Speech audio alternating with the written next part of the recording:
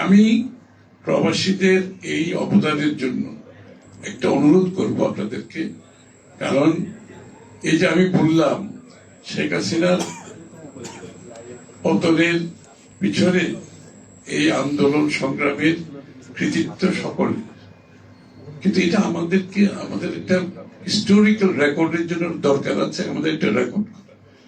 তা আমি প্রবাসী ভাইদের অনুরোধ করব, আপনারা একটা এই যে প্রবাসীদের অবদান শেখ হাসিনার পতনের পেছনে, এটা একটা ডকুমেন্ট করুন, এটা একটা ডকুমেন্ট করেন, কারণ এটা তো রেকর্ডও রাখতে হবে। আচ্ছা, আমরা এখানে আজকে বলছি, 2 দিন পর থেকে কেউ মনে রাখবে না, কেউ মনে রাখবে না। এবং এটা ইতিহাস এরকমই, আপনি যদি ইতিহাসকে রেকর্ড করতে পারেন, ইতিহাস রেকর্ড করতে না পারলে ইতিহাস থাকে না।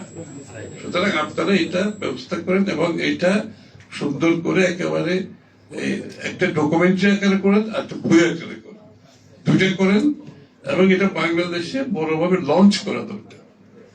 এবং আমি আপনাদেরকে আশ্বস্ত করছি, এটা লঞ্চ করার ব্যাপারে আমাদের সিনিয়র একেবারে আমাদের শীর্ষ পর্যায়ের নেতৃবৃন্দ সেই লঞ্চিং সেরিমনিতে আপনাদের সাথে থাকবে।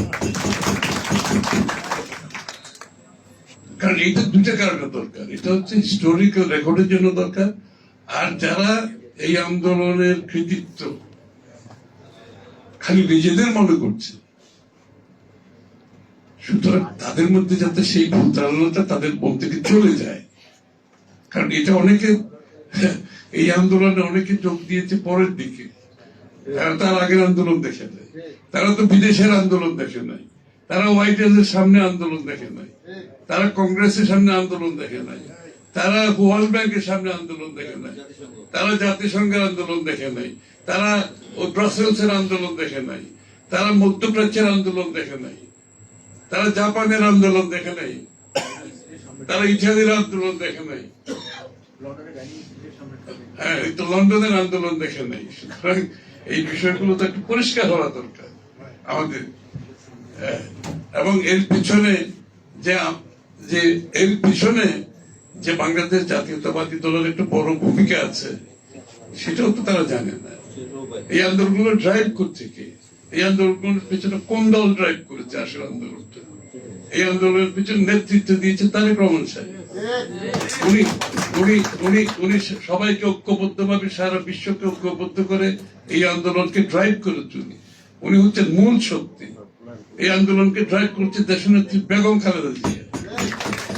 উনি একটা ফ্যাসিস্ট স্বৈরাচারকে ডিফাই করে, আপোষ না করে, নিজের জীবনের বিনিময়ে বছরের পর বছর জেল খেটে বাংলাদেশের মানুষকে উজ্জীবিত করেছে, দেশের ভিতরে এবং দেশের বাইরে। এটার পিছনে ড্রাইভার কে? এটা তো বিএনপি ড্রাইভ করছে পুরো আন্দোলনকে, তাই না? তো সুতরাং এটার একটা আমাদের রেকর্ড থাকা দরকার। আমি অনুরোধ করছি আপনি এই কাজটা করেন।